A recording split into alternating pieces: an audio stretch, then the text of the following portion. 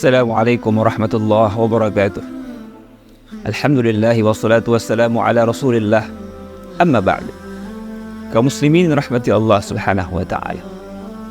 Akhir-akhir ini banyak kita temukan statement-statement penyesatan yang dilakukan sebahagian tokoh. Tentu tujuan mereka adalah ingin mendapatkan pengikut sebanyak-banyaknya. Dan pada akhirnya mereka mendapatkan pundi-pundi rupiah. Mereka bisa mengumpulkan harta sebanyak-banyaknya. Itulah tujuan mereka yang sebenarnya. Mereka tahu kok yang mereka ajarkan itu sesat. Mereka tahu kok itu penyimpangan. Tapi mereka lakukan itu karena tujuan utama mereka adalah ingin mendapatkan keuntungan duniawi dari pengikut-pengikut mereka. Kaum muslimin rahmati Allah. Ada setidaknya 3 poin yang ingin kita sampaikan sebagai counter agar kita bisa melawan daripada penyesatan-penyesatan yang datang. Poin yang pertama adalah at-ta'allum, belajar. Dengan belajarlah kemudian kebodohan bisa dihilangkan. Dengan belajarlah kemudian kita bisa mengetahui yang hak dan yang batil, yang halal dan yang haram. Kalau tidak belajar, bagaimana mungkin kita bisa membedakan ini sesat, ini adalah hidayah?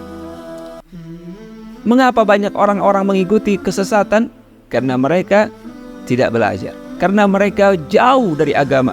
Karena mereka tidak tahu yang benar, sehingga ketika datang kesesatan mereka mengikutinya. Dan mereka menganggap kesesatan itu merupakan kebenaran. Oleh karena itu, wajib atas kita untuk belajar ilmu agama. Poin yang kedua adalah selalu meminta hidayah kepada Allah Subhanahu wa ta'ala. Dan hidayah ini tentunya merupakan hak prerogatif Allah Subhanahu wa ta'ala. Allah memberikan hidayah kepada siapapun dan menyesatkan siapapun yang Allah kehendaki. Oleh karenanya, perbanyaklah meminta hidayah kepada Allah Subhanahu wa ta'ala. Terlalu banyak contoh-contoh yang telah Allah sebutkan dalam Al-Quran. Disebutkan oleh hadis Nabi SAW. Disebutkan dalam kitab-kitab sirah, kitab-kitab sejarah, yang menyebutkan betapa banyak orang-orang yang awalnya mereka itu di dalam jalan kebenaran, tapi kemudian Allah palingkan mereka ke dalam jalan kesesatan. Oleh karena itu, perbanyaklah meminta hidayah kepada Allah Subhanahu wa ta'ala, agar Allah tetapkan hati kita di dalam kebenaran. Allahumma arinal haqqa haqqa warzuqna ittiba'ah, wa arinal batila batila warzuqna ijtinabah. Kemudian poin yang ketiga adalah menjauhi pertemanan yang tidak baik. Teman merupakan salah satu unsur yang sangat besar yang bisa merubah temannya.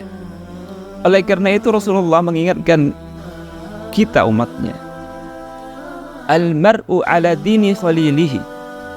Seseorang itu akan terpengaruh dengan agama temannya. Falyanzur ahadukum man yukhalil. Hendaklah setiap kita memperhatikan siapa yang kita jadikan sebagai teman. Jangan asal ambil teman. Betapa banyak orang-orang yang awalnya dia baik, tapi karena pertemanannya tidak baik, akhirnya kemudian dia jauh dari Allah Subhanahu wa ta'ala. Akhirnya dia mengikuti kesesatan yang disampaikan oleh temannya. Al-Quran juga telah menyampaikan tentang pertemanan yang tidak baik itu, penyesalan orang-orang yang dalam neraka, yang ketika mereka menjadikan orang-orang yang tidak baik sebagai temannya. Maka berhati-hatilah terhadap siapa yang kita jadikan sebagai teman kita. Jangan sampai kita salah ambil teman, salah pergaulan, sehingga kemudian yang awalnya dia sudah mendapatkan kebenaran, tetapi ketika berteman dengan yang tidak baik, akhirnya dia tersesat jauh dari hidayah Allah Subhanahu wa ta'ala. Hadanallahu wa iyyakum ajma'in. Wassalamualaikum warahmatullahi wabarakatuh.